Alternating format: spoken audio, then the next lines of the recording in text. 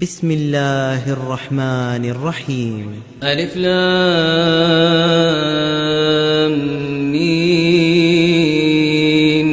ذلك الكتاب لا ريب فيه هدى للمتقين الذين يؤمنون بالغيب ويقيمون الصلاة ومما رزقناهم ينفقون والذين يؤمنون بما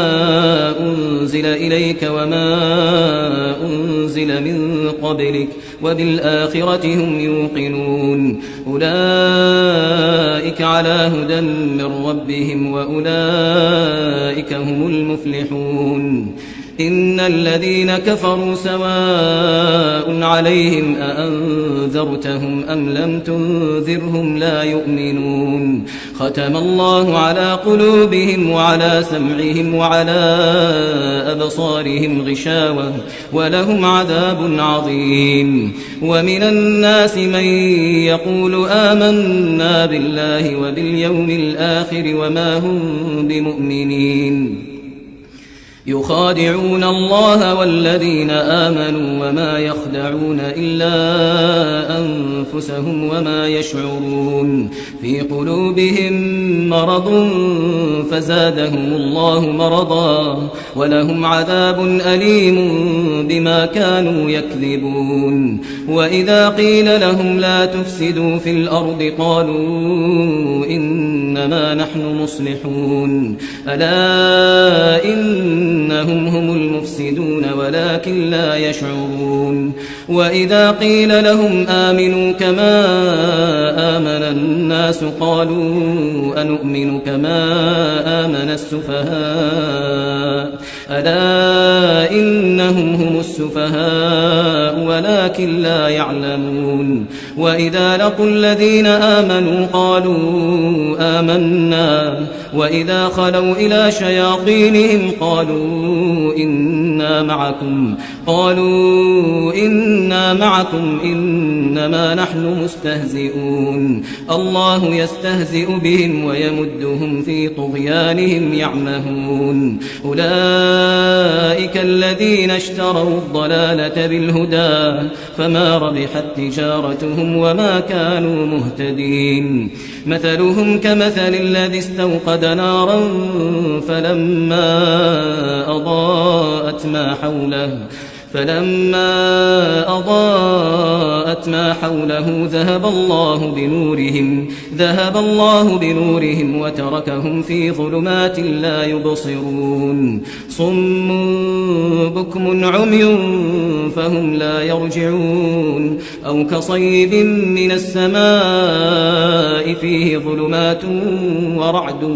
وبرق يجعلون أصابعهم في آذانهم من الصواعق حذر الموت والله محيط بالكافرين. يكاد البرق يخطف أبصارهم كلما أضاء لهم مشوا فيه وإذا أظلم عليهم قاموا. ولو شاء الله لذهب بسمعهم وأبصارهم إن الله على كل شيء قدير. يا أيها الناس اعبدوا ربكم الذي خلقكم والذين من قبلكم لعلكم تتقون. الذي جعل لكم الأرض فراشا والسماء بناء وأنزل من السماء ماء فأخرج به من الثمرات رزقا لكم فلا تجعلوا لله أندادا وأنتم تعلمون. وإن كنتم في ريب مما نزلنا على عبدنا فأتوا بسورة من مثله وادعوا شهداءكم من دون الله إن كنتم صادقين. فإن لم تفعلوا ولن تفعلوا فاتقوا النار التي وقودها الناس والحجارة أعدت للكافرين. وبشر الذين آمنوا وعملوا الصالحات أن لهم أن لهم جنات تجري من تحتها الأنهار كلما رزقوا منها من ثمرة رزقا قالوا هذا الذي رزقنا من قبل وأتوا به متشابها ولهم فيها أزواج مطهرة وهم فيها خالدون إن الله لا يستحيي أن يضرب مثلا ما بعوضة فما فوقها فأما الذين آمنوا فيعلمون أنه الحق من ربهم وأما الذين كفروا فيقولون ماذا أراد الله بهذا مثلا يضل به كثيرا ويهدي به كثيرا وما يضل به إلا الفاسقين الذين ينقضون عهد الله من بعد ميثاقه ويقطعون ما أمر الله به أن يوصل ويفسدون في الأرض أولئك هم الخاسرون كيف تكفرون بالله وكنتم أمواتا فأحياكم ثم يميتكم ثم يحييكم ثم إليه ترجعون هو الذي خلق لكم ما في الأرض جميعا ثم استوى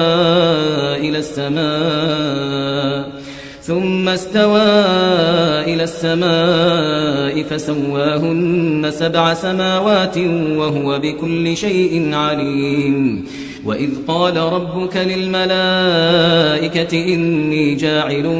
في الأرض خليفة قالوا أتجعل فيها من يفسد فيها ويسفك الدماء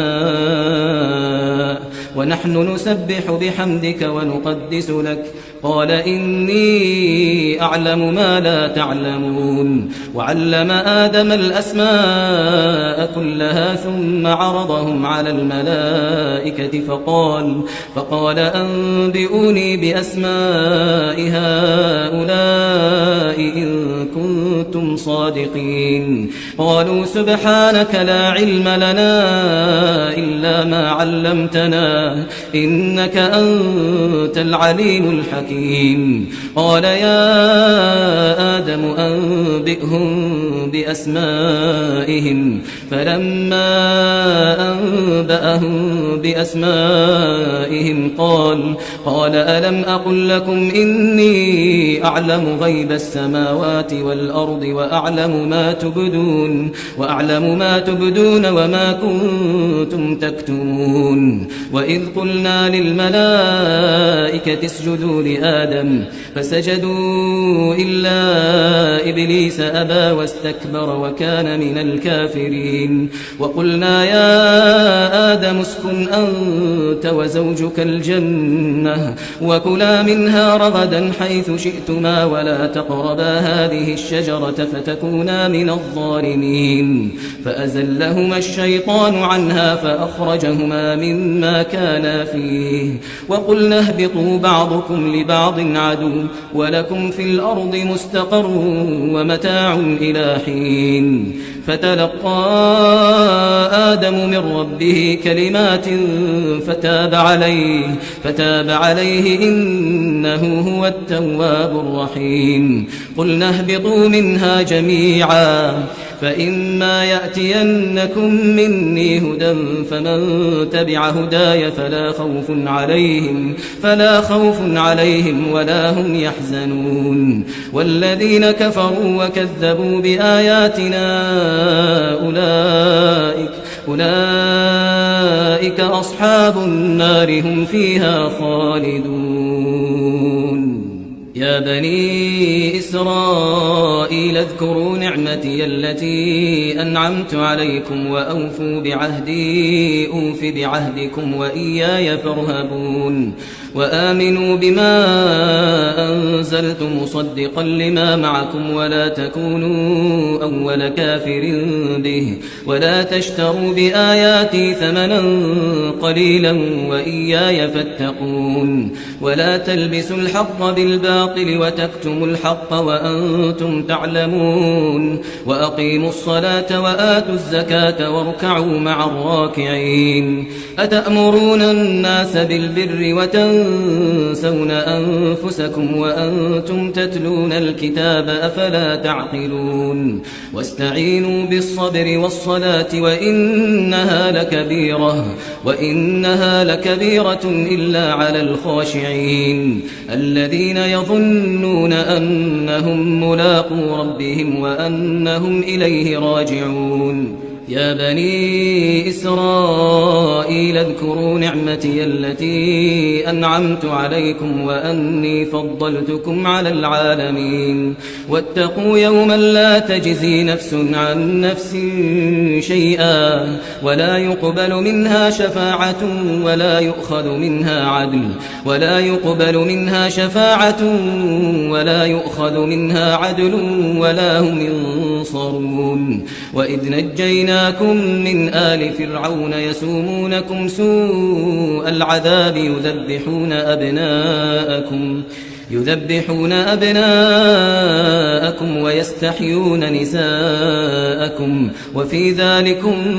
بلاء من ربكم عظيم وإذ فرقنا بكم البحر فأنجيناكم وأغرقنا آل فرعون وأنتم تنظرون وإذ واعدنا موسى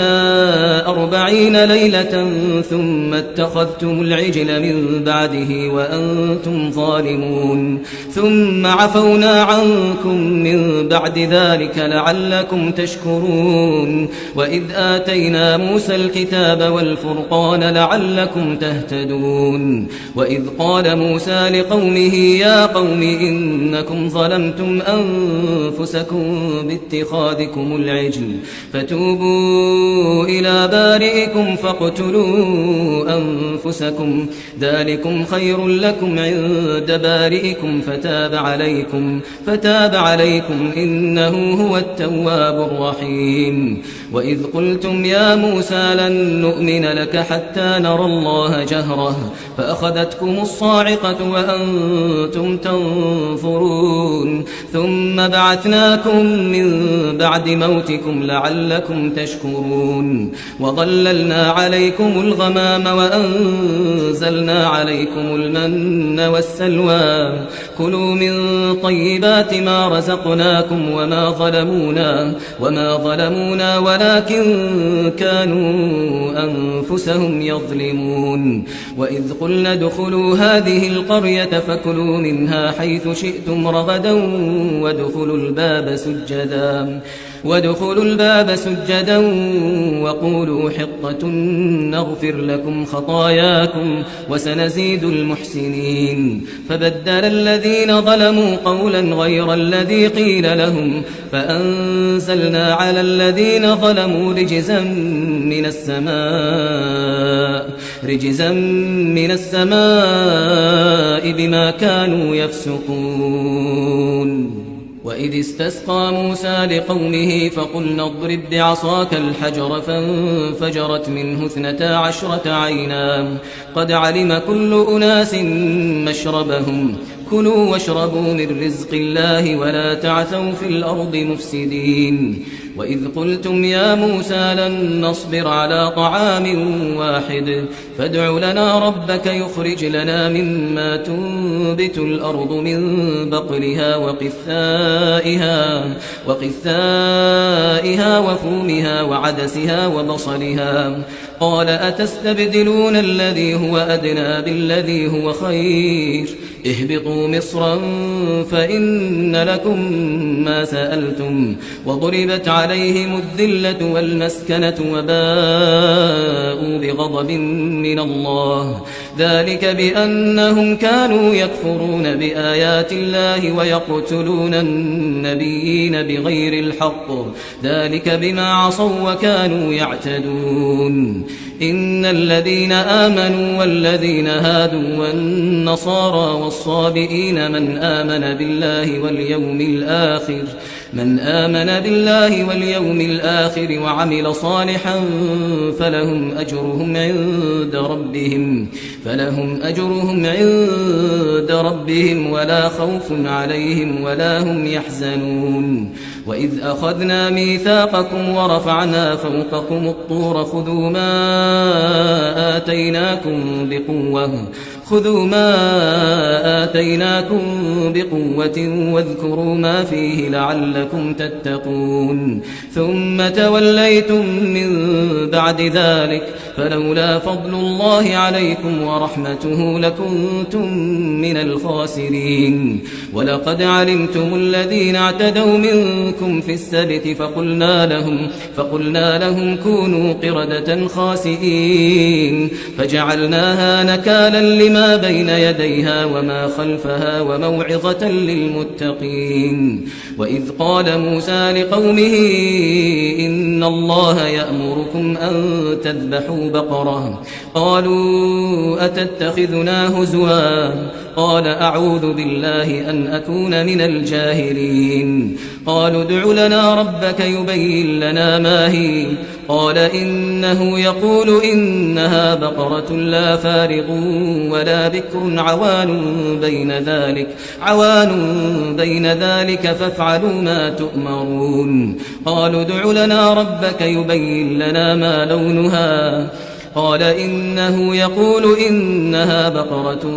صفراء فاقع لونها تسر الناظرين قالوا ادع لنا ربك يبين لنا ما هي إن البقرة شابه علينا وإنا إن شاء الله لمهتدون قال إنه يقول إنها بقرة لا ذلول تثير الأرض ولا تسقي الحرث مسلمة لا شية فيها قالوا الآن جئت بالحق فذبحوها وما كادوا يفعلون وإذ قتلتم نفسا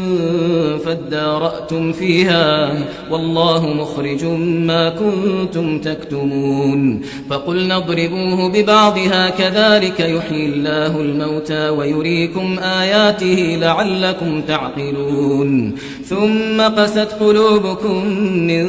بعد ذلك فهي كالحجارة أو أشد قسوة وإن من الحجارة لما يتفجر منه الأنهار وإن منها لما يشقق فيخرج منه الماء وإن منها لما يهبط من خشية الله وما الله بغافل عما تعملون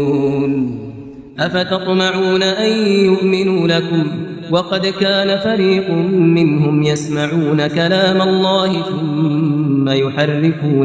ثم يحرفونه من بعد ما عقلوه وهم يعلمون وإذا لقوا الذين آمنوا قالوا آمنا وإذا خلا بعضهم إلى بعض قالوا أتحدثونهم بما فتح الله عليكم ليحاجوكم به عند ربكم أفلا تعقلون أولا يعلمون أن الله يعلم ما يسرون وما يعلنون ومنهم أميون لا يعلمون الكتاب إلا أماني وإن هم إلا يظنون فويل للذين يكتبون الكتاب بأيديهم ثم يقولون هذا من عند الله ليشتروا به ثمنا قليلا فويل لهم مما كتبت أيديهم وويل لهم مما يكسبون وقالوا لن تمسنا النار إلا أياما معدودة قل أتخذتم عند الله عهدا فلن يخلف الله عهده أم تقولون على الله ما لا تعلمون بلى من كسب سيئة وأحاطت به خطيئته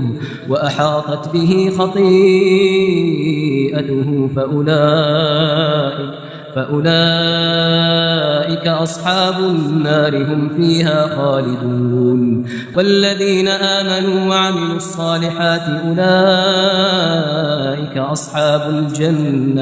أصحاب الجنة هم فيها خالدون وإذ أخذنا ميثاق بني إسرائيل لا تعبدون إلا الله وبالوالدين إحسانا وذي القربى واليتامى والمساكين وقولوا للناس حسنا وأقيموا الصلاة وآتوا الزكاة ثم توليتم إلا قليلا منكم وأنتم معرضون وإذ أخذنا ميثاقكم لا تسفكون دماءكم ولا تخرجون أنفسكم من دياركم ثم أقررتم وأنتم تشهدون ثم أنتم هؤلاء تقتلون أنفسكم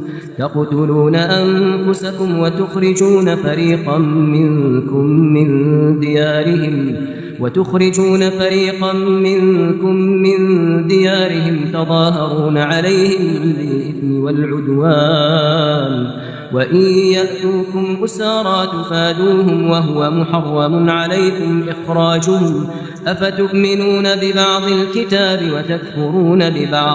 أفتؤمنون ببعض الكتاب وتكفرون ببعض فما جزاء من يفعل ذلك منكم إلا خزي في الحياة الدنيا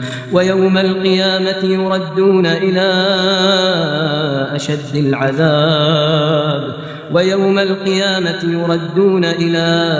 أشد العذاب وما الله بغافل عما تعملون أولئك الذين اشتروا الحياة الدنيا بالآخرة فلا يخفف عنهم العذاب ولا هم ينصرون ولقد آتينا موسى الكتاب وقفينا من بعده بالرسل وآتينا عيسى ابن مريم البينات وأيدناه بروح القدس أفكلما جاءكم رسول بما لا تهوى أنفسكم استكبرتم ففريقا كذبتم وفريقا تقتلون وقالوا قلوبنا غلف بل لعنهم الله بكفرهم فقليلا ما يؤمنون ولما جاءهم كتاب من عند الله مصدق لما معهم وكانوا من قبل يستفتحون على الذين كفروا فلما جاءهم ما عرفوا كفروا به فلعنة الله على الكافرين بئس ما اشتروا به أنفسهم أن يكفروا بما أنزل الله بغيا أن ينزل الله من فضله على من يشاء من عباده فباءوا بغضب على غضب وللكافرين عذاب مهين وإذا قيل لهم آمنوا بما أنزل الله قالوا نؤمن بما أنزل علينا ويكفرون بما وراءه وهو الحق مصدقا لما معهم قل فلم تقتلون أنبياء الله من قبل إن كنتم مؤمنين ولقد جاءكم موسى بالبينات ثم اتخذتم العجل من بعده وأنتم ظالمون وإذ أخذنا ميثاقكم ورفعنا فوقكم الطور خذوا ما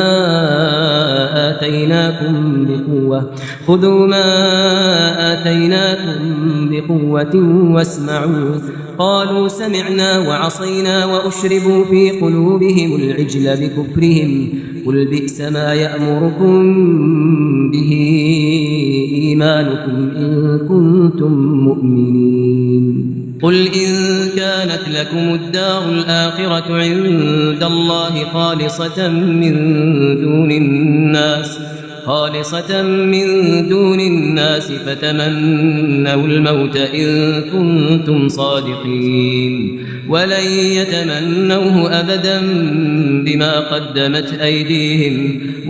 يتمنوه أبدا بما قدمت أيديهم والله عليم بالظالمين ولتجدنهم أحرص الناس على حياة ومن الذين أشركوا يود أحدهم لو يعمر 1000 سنة وما هو بمزحزحه من العذاب أن يعمر والله بصير بما يعملون قل من كان عدوا لجبريل فإنه نزله على قلبك بإذن الله مصدقا لما بين يديه وهدى وبشرى للمؤمنين من كان عدوا لله وملائكته ورسله وجبريل وميكال فإن الله عدو للكافرين ولقد أنزلنا إليك آيات بينات وما يكفر بها إلا الفاسقون أوكلما عاهدوا عهدا نبذه فريق منهم بل أكثرهم لا يؤمنون ولما جاءهم رسول من عند الله مصدق لما معهم نبذ فريق من الذين أوتوا الكتاب كتاب الله وراء ظهورهم كأنهم لا يعلمون واتبعوا ما تتلو الشياطين على ملك سليمان وما كفر سليمان ولكن الشياطين كفروا يعلمون الناس السحر وما أنزل على الملكين ببابل هاروت وماروت وما يعلمان من أحد حتى يقولا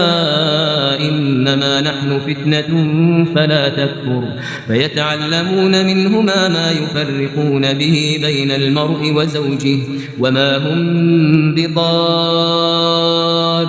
به من أحد إلا بإذن الله ويتعلمون ما يضرهم ولا ينفعهم ولقد علموا لمن اشتراه ما له في الآخرة من خلاق ولبئس ما شروا به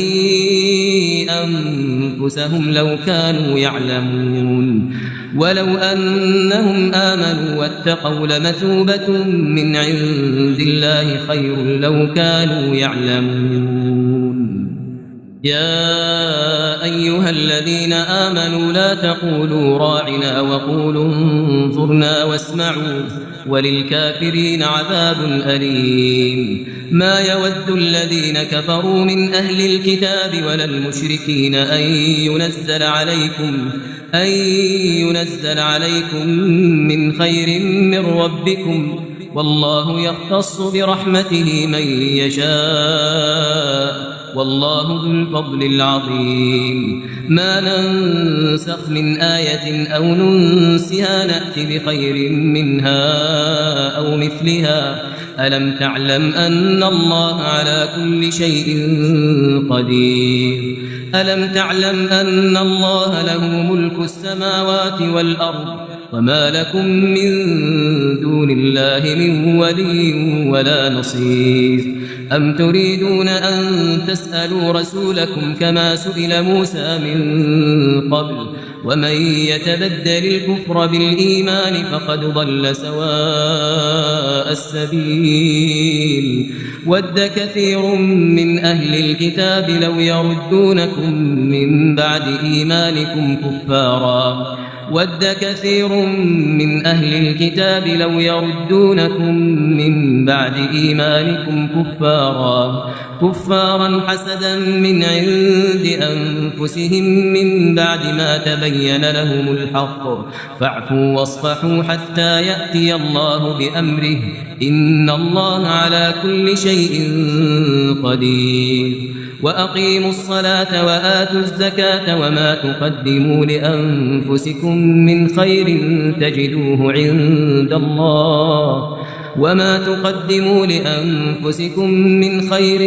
تجدوه عند الله إن الله بما تعملون بصير وقالوا لن يدخل الجنة إلا من كان هودا أو نصارى تلك أمانيهم قل هاتوا برهانكم إن كنتم صادقين بلى من أسلم وجهه لله وهو محسن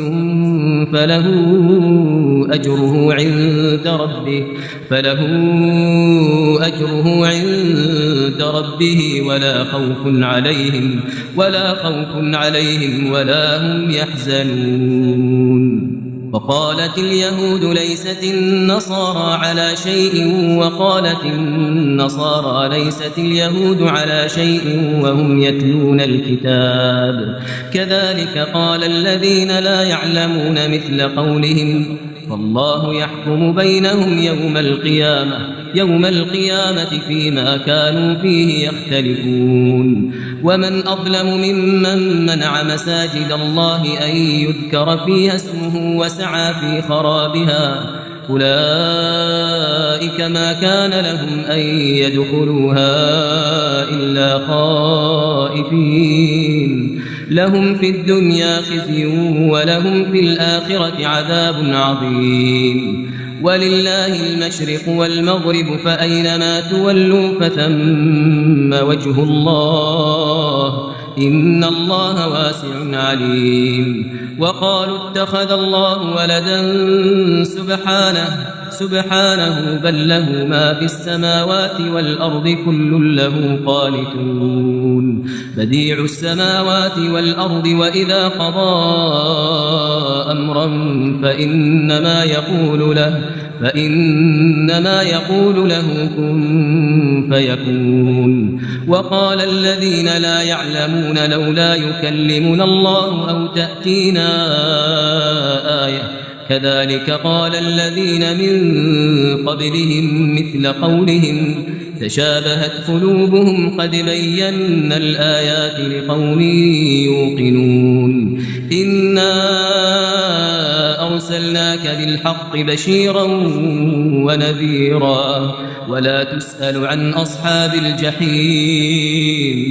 ولن ترضى عنك اليهود ولا النصارى حتى تتبع ملتهم قل إن هدى الله هو الهدى ولئن اتبعت أهواءهم بعد الذي جاءك من العلم ما لك من الله من ولي ولا نصير الذين آتيناهم الكتاب يتلونه حق تلاوته أولئك يؤمنون به ومن يكفر به فأولئك هم الخاسرون يا بني إسرائيل اذكروا نعمتي التي أنعمت عليكم وأني فضلتكم على العالمين واتقوا يوما لا تجزي نفس عن نفس شيئا ولا يقبل منها عدل ولا تنفعها شفاعة ولا هم ينصرون وإذ ابتلى إبراهيم ربه بكلمات فأتمهن قال إني جاعلك للناس إماما قال ومن ذريتي قال لا ينال عهد الظالمين وإذ جعلنا البيت مثابة للناس وأمنا واتخذوا من مقام إبراهيم مصلى وعهدنا إلى إبراهيم وإسماعيل أن طهر بيتي للطائفين والعاكفين والركع السجود وإذ قال إبراهيم رب اجعل هذا بلدا آمنا وارزق أهله من الثمرات من آمن منهم بالله واليوم الآخر قال ومن كفر فأمتعه قليلا ثم أضطره إلى عذاب النار وبئس المصير وإذ يرفع إبراهيم القواعد من البيت وإسماعيل ربنا تقبل منا إنك أنت السميع العليم ربنا واجعلنا مسلمين لك ومن ذريتنا أمة مسلمة لك وأرنا مناسكنا وتب علينا إنك أنت التواب الرحيم ربنا وابعث فيهم رسولا منهم يتلو عليهم آياتك ويعلمهم الكتاب والحكمة ويزكيهم إنك أنت العزيز الحكيم ومن يرغب عن ملة إبراهيم إلا من سفه نفسه ولقد اصطفيناه في الدنيا وإنه في الآخرة لمن الصالحين إذ قال له ربه أسلم قال أسلمت لرب العالمين ووصى بها إبراهيم بنيه ويعقوب يا بني إن الله اصطفى لكم الدين فلا تموتن إلا وأنتم مسلمون أم كنتم شهداء إذ حضر يعقوب الموت إذ قال لبنيه ما تعبدون من بعدي قالوا نعبد إلهك وإله آبائك إبراهيم وإسماعيل وإسحاق إلها واحدا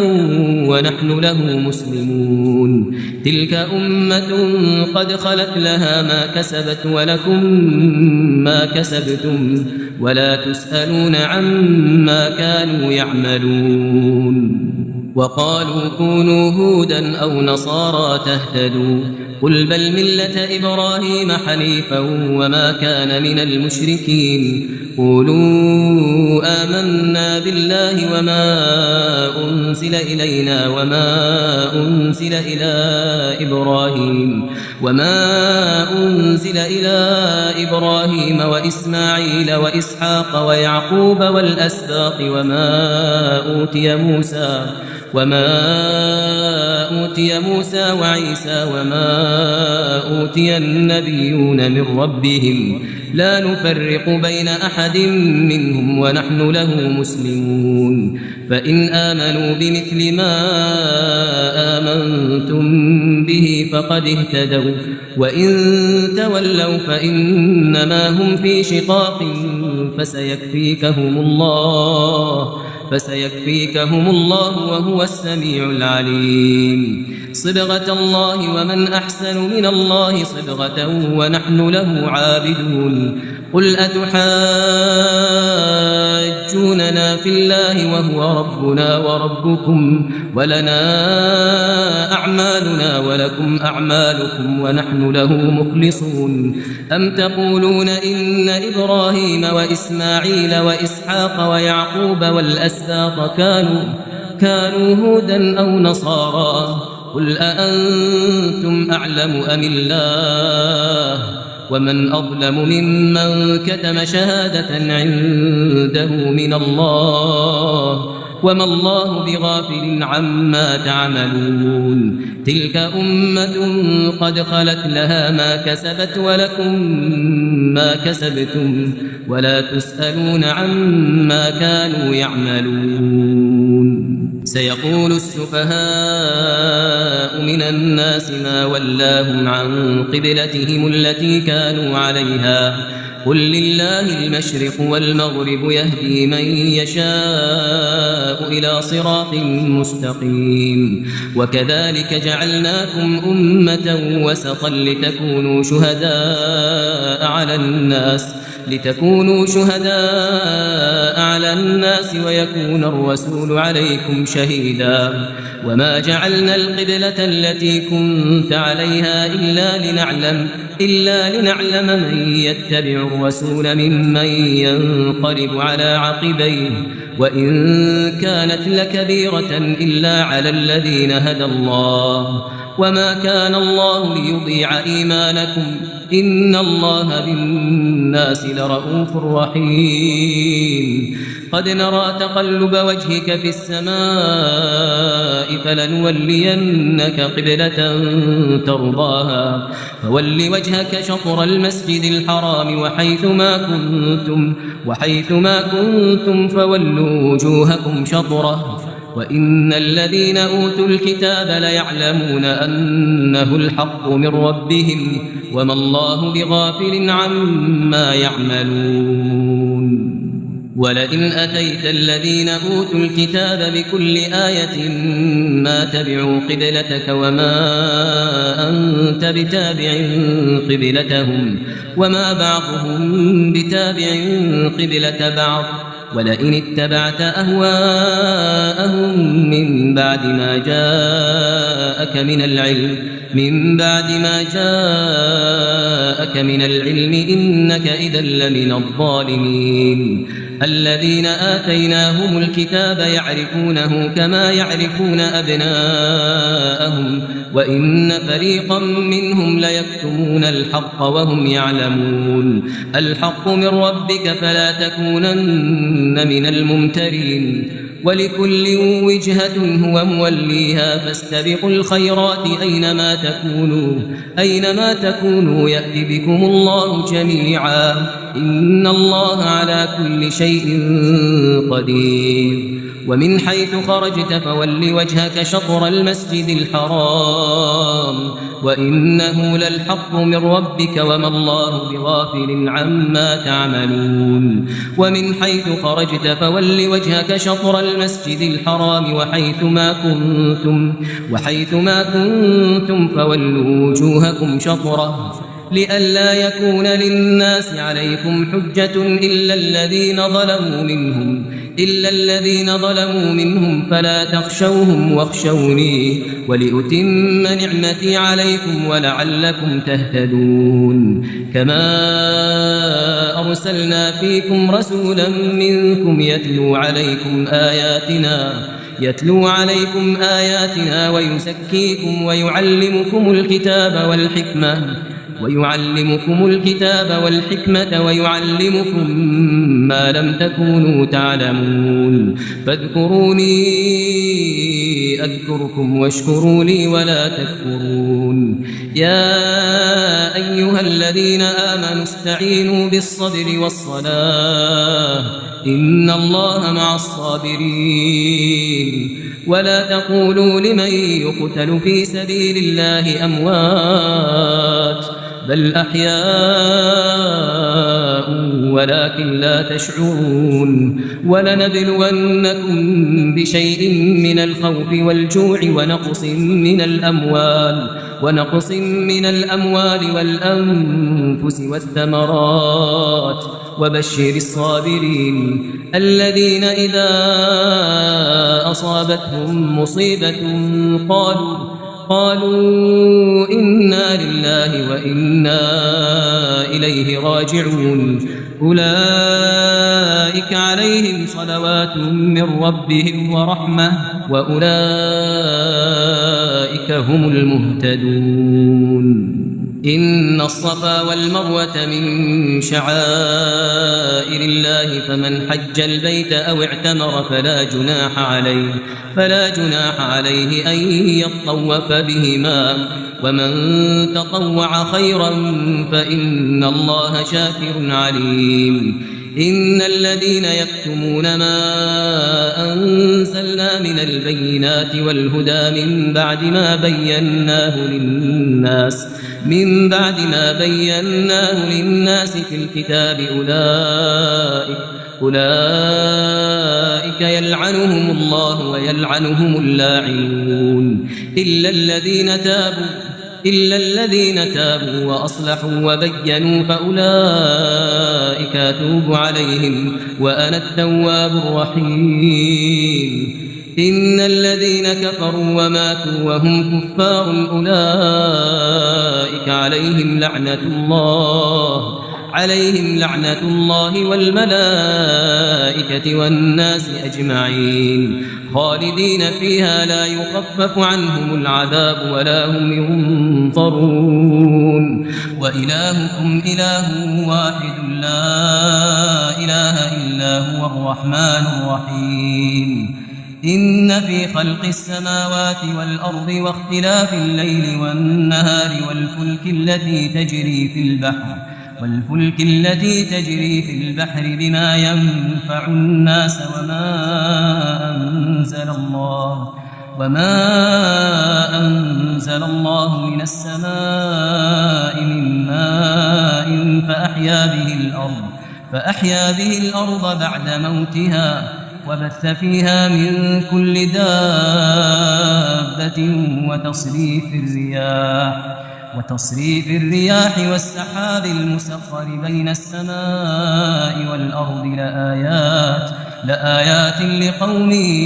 يعقلون ومن الناس من يتخذ من دون الله أندادا يحبونهم كحب الله والذين آمنوا أشد حبا لله ولو يرى الذين ظلموا إذ يرون العذاب أن القوة لله جميعا وأن الله شديد العذاب إذ تبرأ الذين اتبعوا من الذين اتبعوا ورأوا العذاب وتقطعت بهم الأسباب وقال الذين اتبعوا لو أن لنا كرة فنتبرأ منهم كما تبرأوا منا كذلك يريهم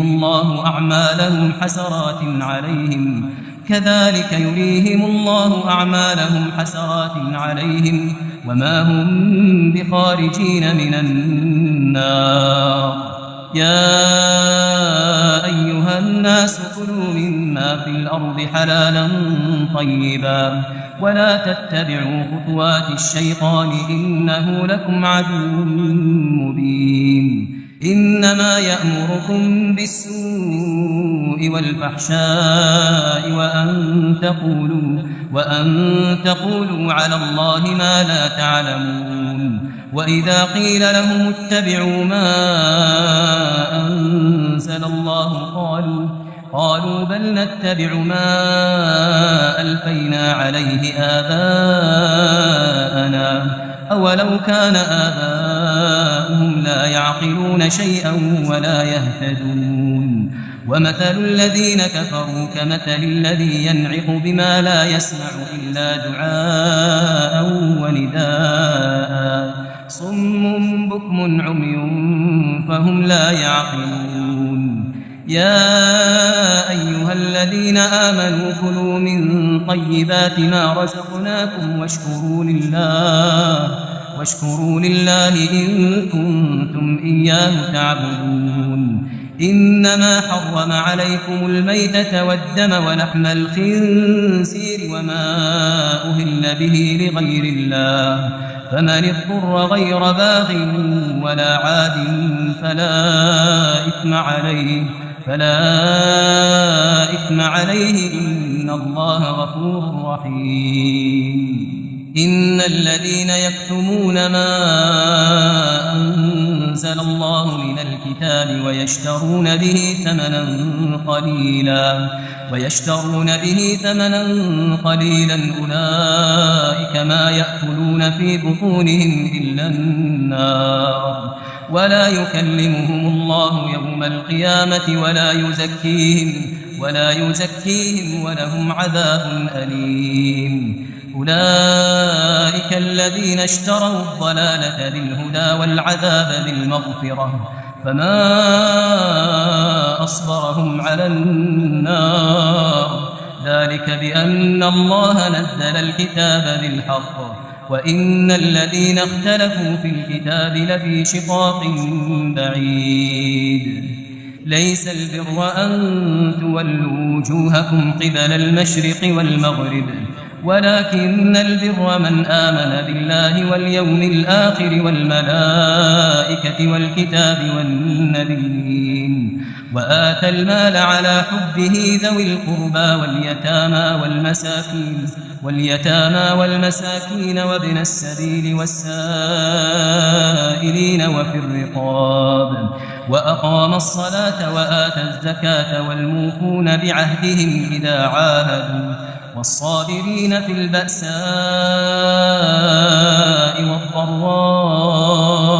وحين البأس أولئك الذين صدقوا وأولئك هم المتقون. يا أيها الذين آمنوا كتب عليكم القصاص في القتلى الحر بالحر والعبد بالعبد والأنثى بالأنثى فمن عفي له من أخيه شيء فاتباع بالمعروف وأداء إليه بإحسان ذلك تخفيف من ربكم ورحمة فمن اعتدى بعد ذلك فله عذاب أليم. ولكم في القصاص حياة يا أولي الألباب لعلكم تتقون. كتب عليكم إذا حضر أحدكم الموت إن ترك خيرا الوصية للوالدين والأقربين بالمعروف حقا على المتقين. فمن بدله بعدما سمعه فإنما إثمه على الذين يبدلونه إن الله سميع عليم. فمن خاف من موص جنفا أو إثما فأصلح بينهم فلا إثم عليه إن الله غفور رحيم. يا أيها الذين آمنوا كتب عليكم الصيام كما كتب على الذين من قبلكم لعلكم تتقون. أياما معدودات فمن كان منكم مريضا أو على سفر فعدة من أيام أخر وعلى الذين يطيقونه فدية طعام مسكين فمن تطوع خيرا فهو خير له وأن تصوموا خير لكم إن كنتم تعلمون. شهر رمضان الذي أنزل فيه القرآن هدى للناس وبينات من الهدى والفرقان فمن شهد منكم الشهر فليصمه ومن كان مريضا أو على سفر فعدة من أيام أخر يريد الله بكم اليسر ولا يريد بكم العسر ولتكملوا العدة ولتكبروا الله على ما هداكم ولعلكم تشكرون. وإذا سألك عبادي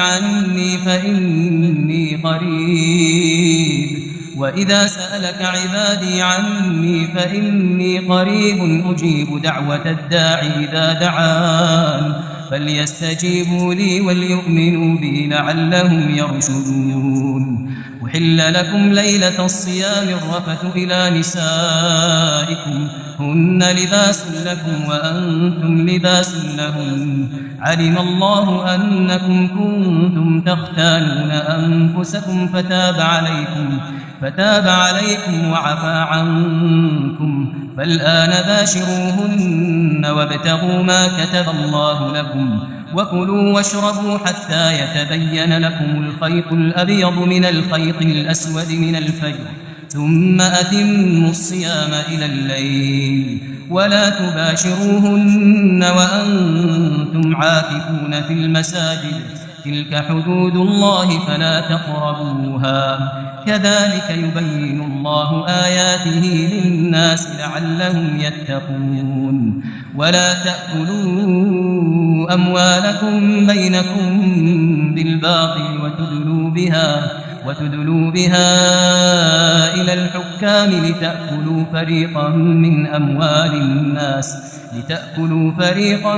أموال الناس بالإثم وأنتم تعلمون.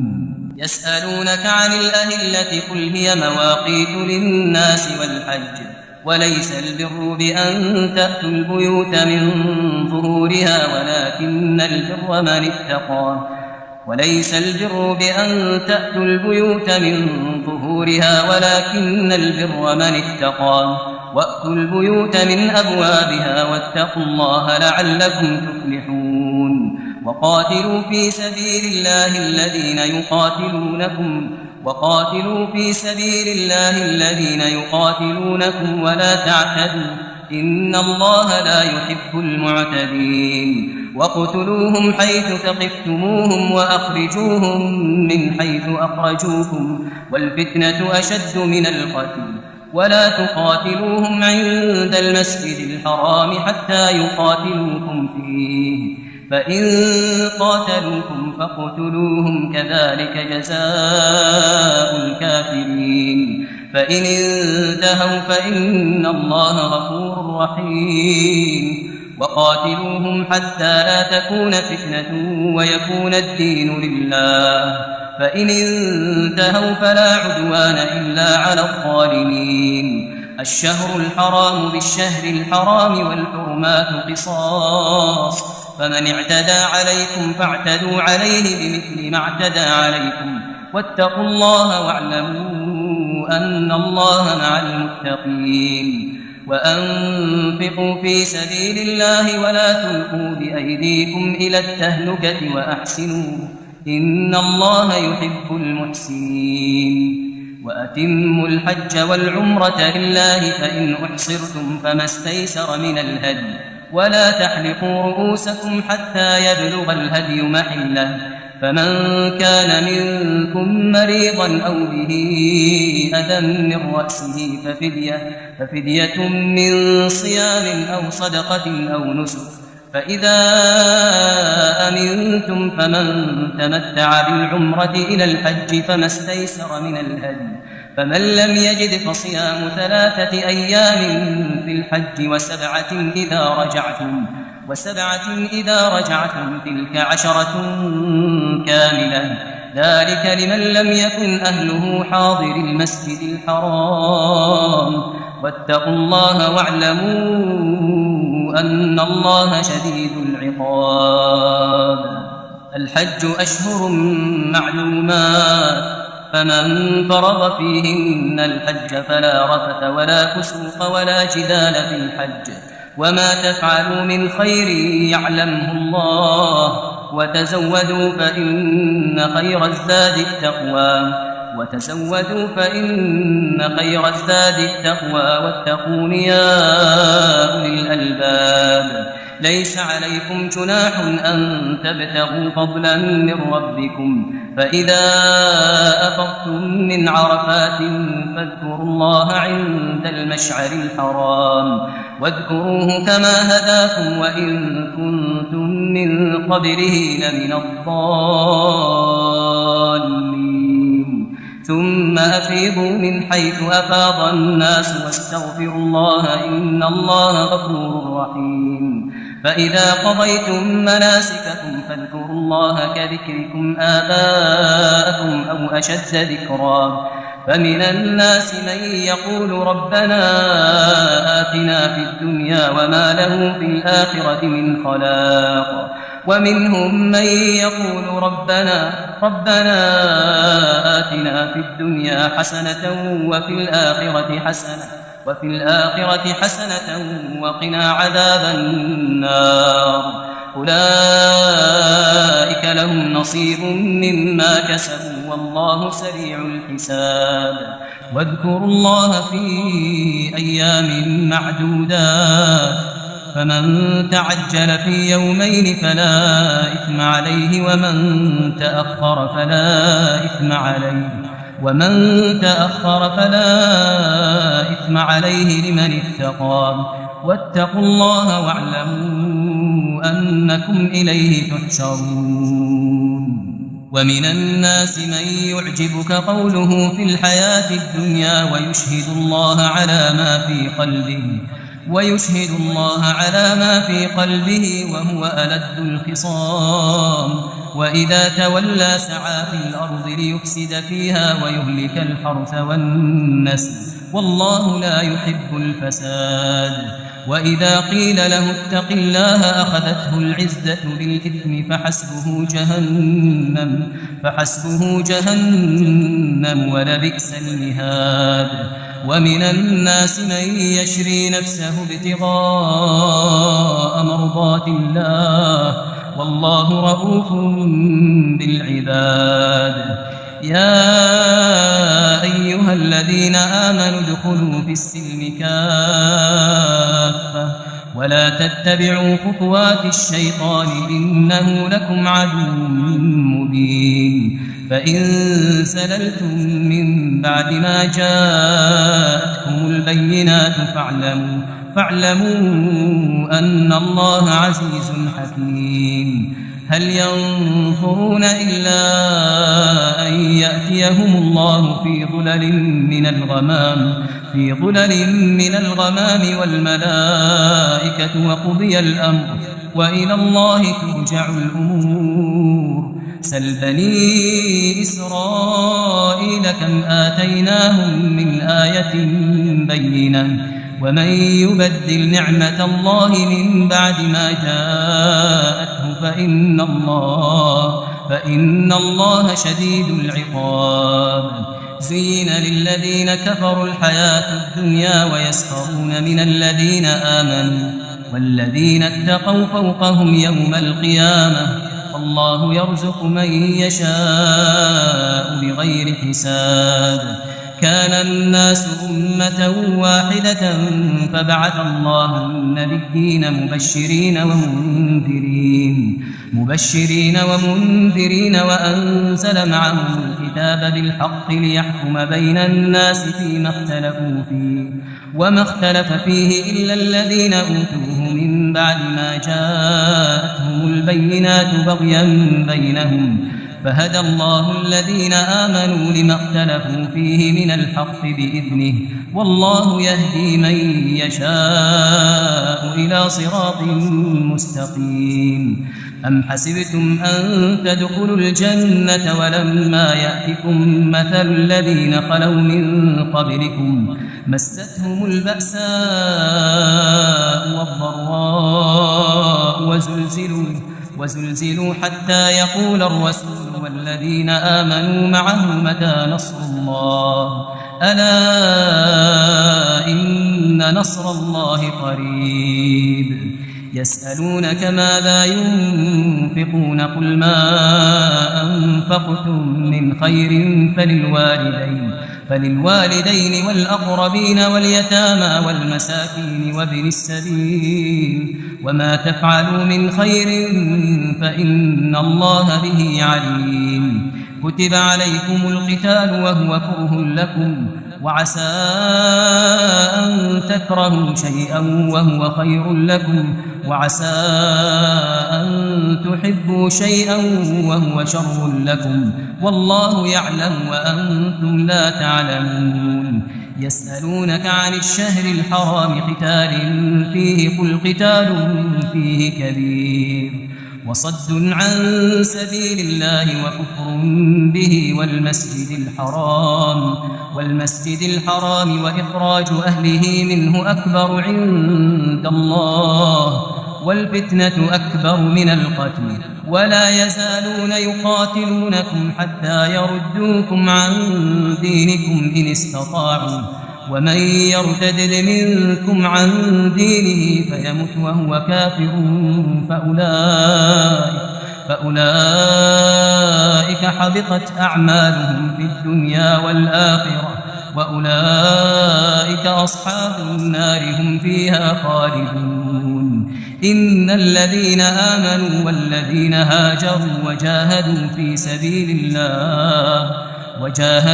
سبيل الله أولئك يرجون رحمة الله والله غفور رحيم. يسألونك عن الخمر والميسر قل فيهما إثم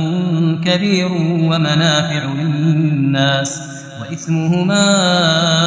أكبر من نفعهما ويسألونك ماذا ينفقون كذلك يبين الله لكم الآيات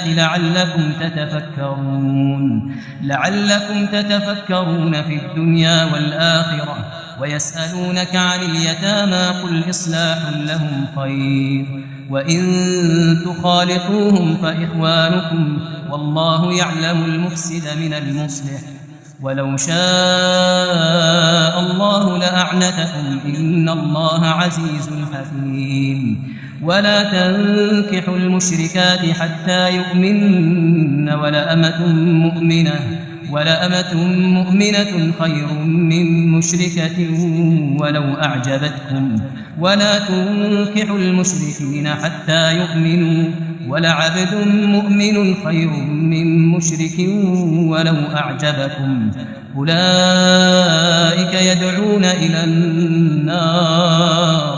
والله يدعو إلى الجنة والمغفرة بإذنه ويبين آياته للناس لعلهم يتذكرون. ويسألونك عن المحيض قل هو أذى فاعتزلوا النساء في المحيض ولا تقربوهن حتى يطهرن فإذا تطهرن فأتوهن من حيث أمركم الله إن الله يحب التوابين ويحب المتطهرين. نساؤكم حرث لكم فأتوا حرثكم أنى شئتم وقدموا لأنفسكم واتقوا الله واعلموا أنكم ملاقوه وبشر المؤمنين. ولا تجعلوا الله عرضة لأيمانكم أن تبروا وتتقوا وتصلحوا بين الناس والله سميع عليم. لا يؤاخذكم الله باللغو في أيمانكم ولكن يؤاخذكم بما كسبت قلوبكم والله غفور حليم. للذين يؤلون من نسائهم تربص 4 أشهر فإن فاءوا فإن الله غفور رحيم. وإن عزموا الطلاق فإن الله سميع عليم. والمطلقات يتربصن بأنفسهن 3 قروء ولا يحل لهن أن يكتمن ما خلق الله في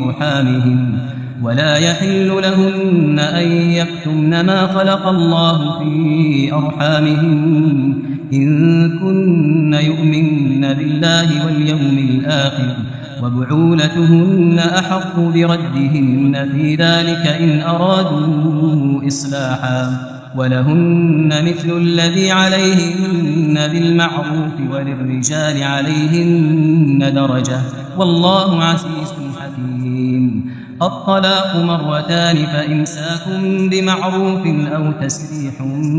بإحسان. ولا يحل لكم أن تأخذوا مما آتيتموهن شيئا إلا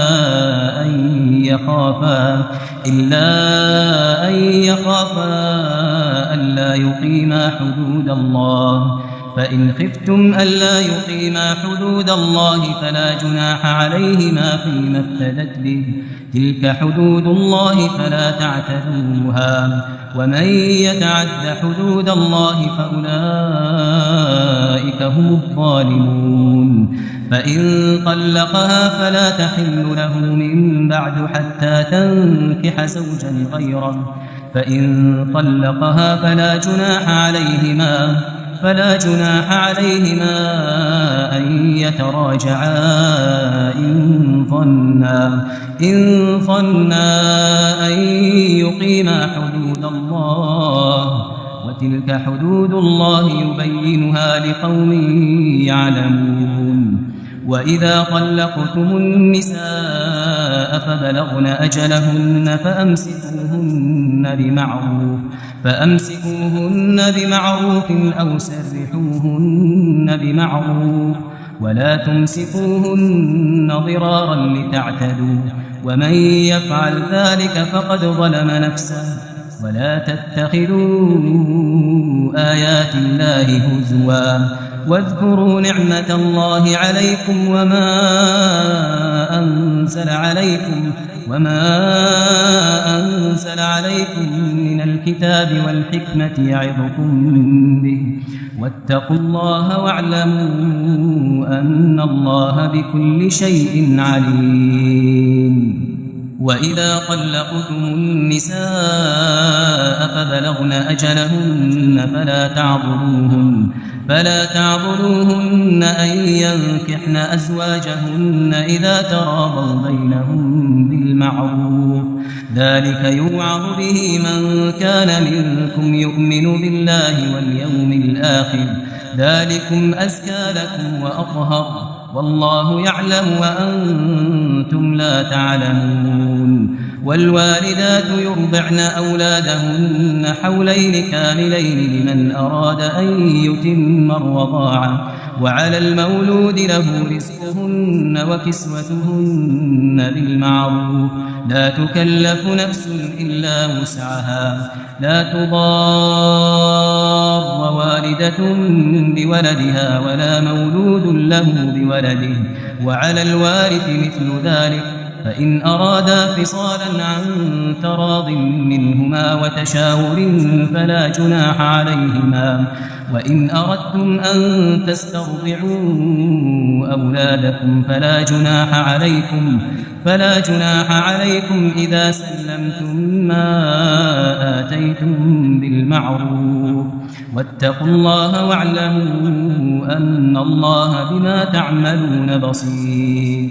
والذين يتوفون منكم ويذرون أزواجا يتربصن بأنفسهن 4 أشهر و10 فإذا بلغن أجلهن فلا جناح عليكم فيما فعلن في أنفسهن بالمعروف والله بما تعملون خبير. ولا جناح عليكم فيما عرفتم به من خطبة النساء أو أكننتم في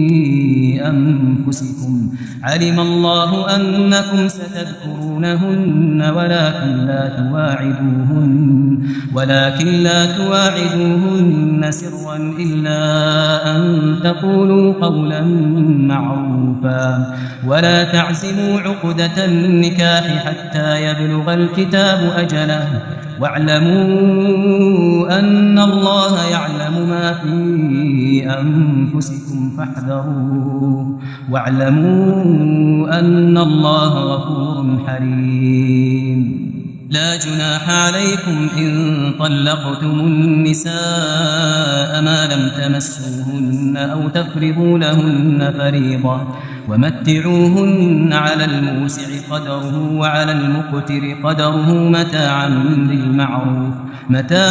بالمعروف حقا على المحسنين. وإن طلقتموهن من قبل أن تمسوهن وقد فرضتم لهن فريضة فنصف ما فرضتم إلا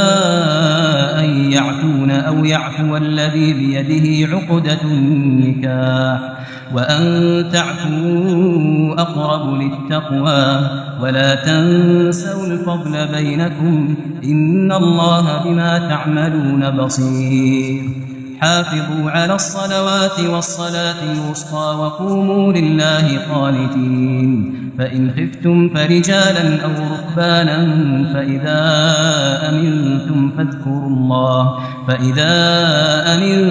فاذكروا الله كما علمكم ما لم تكونوا تعلمون. والذين يتوفون منكم ويذرون أزواجا وصية لأزواجهم متاعا إلى الحول غير إخراج فإن خرجن فلا جناح عليكم فيما فعلن في أنفسهن من معروف والله عزيز حكيم. وللمطلقات متاع بالمعروف حقا على المتقين كذلك يبين الله لكم آياته لعلكم تعقلون. ألم تر إلى الذين خرجوا من ديارهم وهم ألوف حذر الموت فقال لهم الله موتوا ثم أحياهم إن الله لذو فضل على الناس ولكن أكثر الناس لا يشكرون وقاتلوا في سبيل الله واعلموا أن الله سميع عليم من ذا الذي يقرض الله قرضا حسنا فيضاعفه له أضعافا كثيرة والله يقبض ويبسط وإليه ترجعون ألم تر إلى الملأ من بني إسرائيل من بعد موسى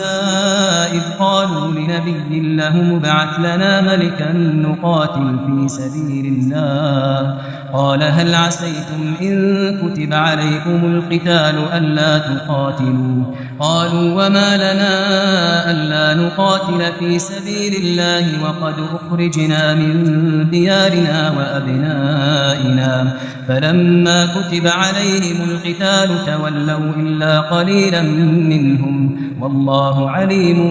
بالظالمين وقال لهم نبيهم إن الله قد بعث لكم طالوت ملكا قالوا أنى يكون له الملك علينا ونحن أحق بالملك منه ولم يؤت سعة من المال قال إن الله اصطفاه عليكم وزاده بسطة في العلم والجسم والله يؤتي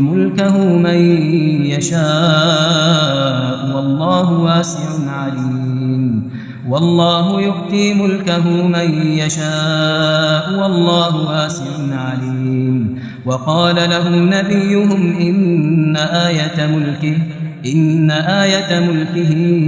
أن يأتيكم التابوت فيه سكينة من ربكم وبقية مما ترك آل موسى وآل هارون تحمله الملائكة إن في ذلك لآية لكم إن كنتم مؤمنين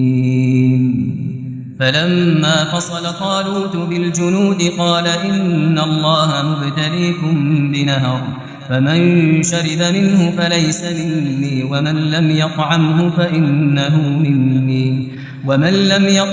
فإنه مني إلا من اغترف غرفة بيده فشربوا منه إلا قليلا منهم فلما جاوزه هو والذين آمنوا معه قالوا لا طاقة لنا اليوم بجالوت وجنوده قال الذين يظنون أنهم ملاقو الله كم من فئة قليلة غلبت فئة كثيرة بإذن الله والله مع الصابرين ولما برزوا لجالوت وجنوده قالوا ربنا أفرغ علينا صبرا وثبت أقدامنا وانصرنا على القوم الكافرين فهزموهم بإذن الله وقتل داود جالوت وآتاه الله الملك والحكمة وعلمه مما يشاء ولولا دفع الله الناس بعضهم ببعض لفسدت الأرض ولكن الله ذو فضل على العالمين تلك آيات الله نتلوها عليك بالحق وإنك لمن المرسلين تلك الرسل فضلنا بعضهم على بعض منهم من كلم الله ورفع بعضهم درجات وآتينا عيسى ابن مريم البينات وأيدناه بروح القدس ولو شاء الله ما اقتتل الذين من بعدهم بعد ما جاءتهم البينات ولكن اختلفوا فمنهم من آمن ومنهم من كفر ولو شاء الله ما اقتتلوا ولكن الله يفعل ما يريد. يا أيها الذين آمنوا أنفقوا مما رزقناكم من قبل أن يأتي يوم لا بيع فيه ولا خلة ولا شفاعة والكافرون هم الظالمون. الله لا إله إلا هو الحي القيوم لا تأخذه سنة ولا نوم له ما في السماوات وما في الأرض من ذا الذي يشفع عنده إلا بإذنه يعلم ما بين أيديهم وما خلفهم ولا يحيطون بشيء من علمه إلا بما شاء وسع كرسيه السماوات والأرض ولا يؤوده حفظهما وهو العلي العظيم. لا إكراه في الدين قد تبين الرشد من الغي فمن يكفر بالطاغوت ويؤمن بالله فقد استمسك بالعروة الوثقى لا انفصام لها والله سميع عليم. الله ولي الذين آمنوا يخرجهم من الظلمات إلى النور والذين كفروا أولياؤهم الطاغوت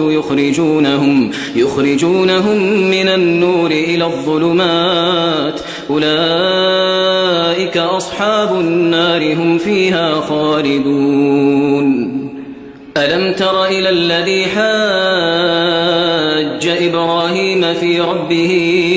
أن آتاه الله الملك إذ قال إبراهيم ربي الذي يحيي ويميت قال أنا أحيي وأميت قال إبراهيم فإن الله يأتي بالشمس من المشرق فأت بها من المغرب فبهت الذي كفر والله لا يهدي القوم الظالمين. أو كالذي مر على قرية وهي خاوية على عروشها قال أنى يحيي هذه الله بعد موتها فأماته الله 100 عام ثم بعثه قال كم لبثت قال لبثت يوما أو بعض يوم قال بل لبثت 100 عام فانظر إلى طعامك وشرابك لم يتسنه وانظر إلى حمارك ولنجعلك آية للناس وانظر إلى العظام كيف ننشزها ثم نكسوها لحما فلما تبين له قال أعلم أن الله على كل شيء قدير. وإذ قال إبراهيم رب أرني كيف تحيي الموتى قال أولم تؤمن قال بلى ولكن ليطمئن قلبي قال فخذ 4 من الطير فصرهن إليك ثم اجعل على كل جبل منهن جزءا ثم ادعهن يأتينك سعيا واعلم أن الله عزيز حكيم. مثل الذين ينفقون أموالهم في سبيل الله كمثل حبة أنبتت 7 سنابل في كل سنبلة 100 حبة والله يضاعف لمن يشاء والله واسع عليم. الذين ينفقون أموالهم في سبيل الله ثم لا يتبعون ما أنفقوا منا ولا أذى لهم أجرهم عند ربهم ولا خوف عليهم ولا هم يحزنون. قول معروف ومغفرة خير من صدقة يتبعها أذى والله غني حليم. يا أيها الذين آمنوا لا تبطلوا صدقاتكم بالمن والأذى كالذي ينفق ينفق ماله رئاء الناس ولا يؤمن بالله واليوم الآخر فمثله كمثل صفوان عليه تراب فأصابه وابل فتركه صلدا لا يقدرون على شيء مما كسبوا والله لا يهدي القوم الكافرين ومثل الذين ينفقون أموالهم ابتغاء مرضات الله وتثبيتا من أنفسهم كمثل جنة بربوة أصابها وابل فآتت أكلها ضعفين فإن لم يصبها وابل فطل والله بما تعملون بصير أيود أحدكم أن تكون له جنة من نخيل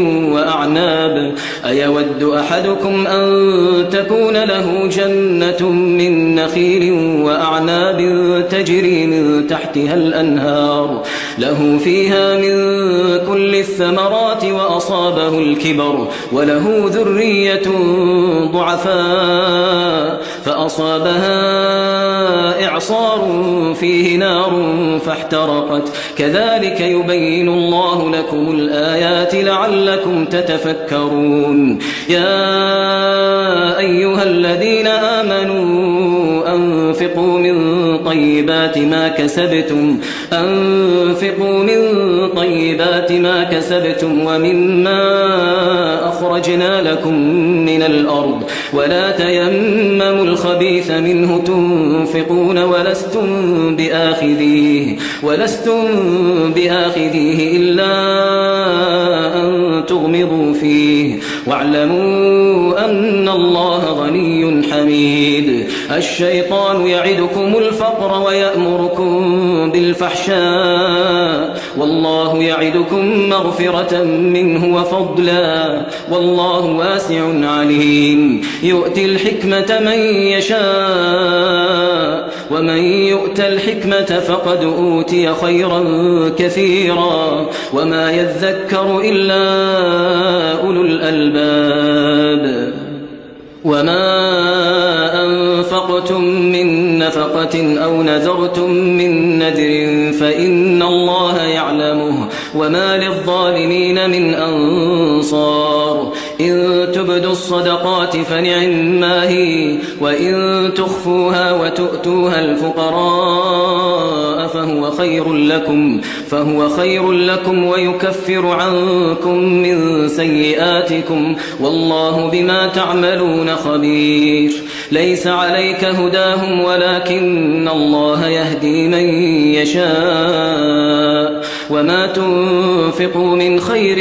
فلأنفسكم وما تنفقون إلا ابتغاء وجه الله وما تنفقوا من خير يوفى إليكم وأنتم لا تظلمون للفقراء الذين أحصروا في سبيل الله لا يستطيعون ضربا في الأرض يحسبهم الجاهل أغنياء من التعفف تعرفهم بسيماهم لا يسألون الناس إلحافا وما تنفقوا من خير فإن الله به عليم الذين ينفقون أموالهم بالليل والنهار سرا وعلانية فلهم أجرهم عند ربهم ولا خوف عليهم ولا هم يحزنون الذين يأكلون الربا لا يقومون إلا كما يقوم الذي يتخبطه الشيطان من المس ذلك بأنهم قالوا إنما البيع مثل الربا وأحل الله البيع وحرم الربا فمن جاءه موعظة من ربه فانتهى فله ما سلف وأمره إلى الله ومن عاد فأولئك أصحاب النار هم فيها خالدون يمحق الله الربا ويربي الصدقات والله لا يحب كل كفار أثيم إن الذين آمنوا وعملوا الصالحات وأقاموا الصلاة وآتوا الزكاة لهم أجرهم عند ربهم ولا خوف عليهم ولا هم يحزنون يا أيها الذين آمنوا اتقوا الله وذروا ما بقي من الربا إن كنتم مؤمنين فإن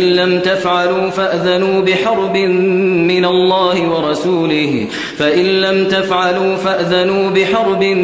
من الله ورسوله وإن تبتم فلكم رؤوس أموالكم لا تظلمون ولا تظلمون وإن كان ذو عسرة فنظرة إلى ميسرة وأن تصدقوا خير لكم إن كنتم تعلمون واتقوا يوما ترجعون فيه إلى الله ثم توفى كل نفس ما كسبت وهم لا يظلمون يا أيها الذين آمنوا إذا تداينتم بدين إلى أجل مسمى فاكتبوه وليكتب بينكم كاتب بالعدل ولا يأب كاتب أن يكتب كما علمه الله فليكتب وليملل الذي عليه الحق وليتق الله ربه ولا يبخس منه شيئا فإن كان الذي عليه الحق سفيها أو ضعيفا أو لا يستطيع أن يمل هو فليملل وليه بالعدل واستشهدوا شهيدين من رجالكم فإن لم يكونا رجلين فرجل وامرأتان ممن ترضون من الشهداء أن تضل إحداهما فتذكر إحداهما الأخرى ولا يأبى الشهداء إذا ما دعوا ولا تسأموا أن تكتبوه صغيرا أو كبيرا إلى أجله ذلكم أقسط عند الله وأقوم للشهادة وأدنى ألا ترتابوا إلا أن تكون تجارة حاضرة تديرونها بينكم فليس عليكم جناح ألا تكتبوها وأشهدوا إذا تبايعتم ولا يضار كاتب ولا شهيد وإن تفعلوا فإنه فسوق بكم واتقوا الله ويعلمكم الله والله بكل شيء عليم وإن كنتم على سفر ولم تجدوا كاتبا فرهان مقبوضة فإن أمن بعضكم بعضا فليؤدي الذي اؤتمن أمانته وليتق الله ربه ولا تكتموا الشهادة ومن يكتمها فإنه آثم قلبه والله بما تعملون عليم لله ما في السماوات وما في الأرض وإن تبدوا ما في أنفسكم أو تخفوه يحاسبكم به الله فيغفر لمن يشاء ويعذب من يشاء والله على كل شيء قدير آمن الرسول بما أنزل إليه من ربه والمؤمنون كل آمن بالله وملائكته وكتبه ورسله لا نفرق بين أحد من رسله وقالوا سمعنا وأطعنا غفرانك ربنا وإليك المصير لا يكلف الله نفسا إلا وسعها لها ما كسبت وعليها ما اكتسبت ربنا لا تؤاخذنا إن نسينا أو أخطأنا ربنا ولا تحمل تحمل علينا إصرا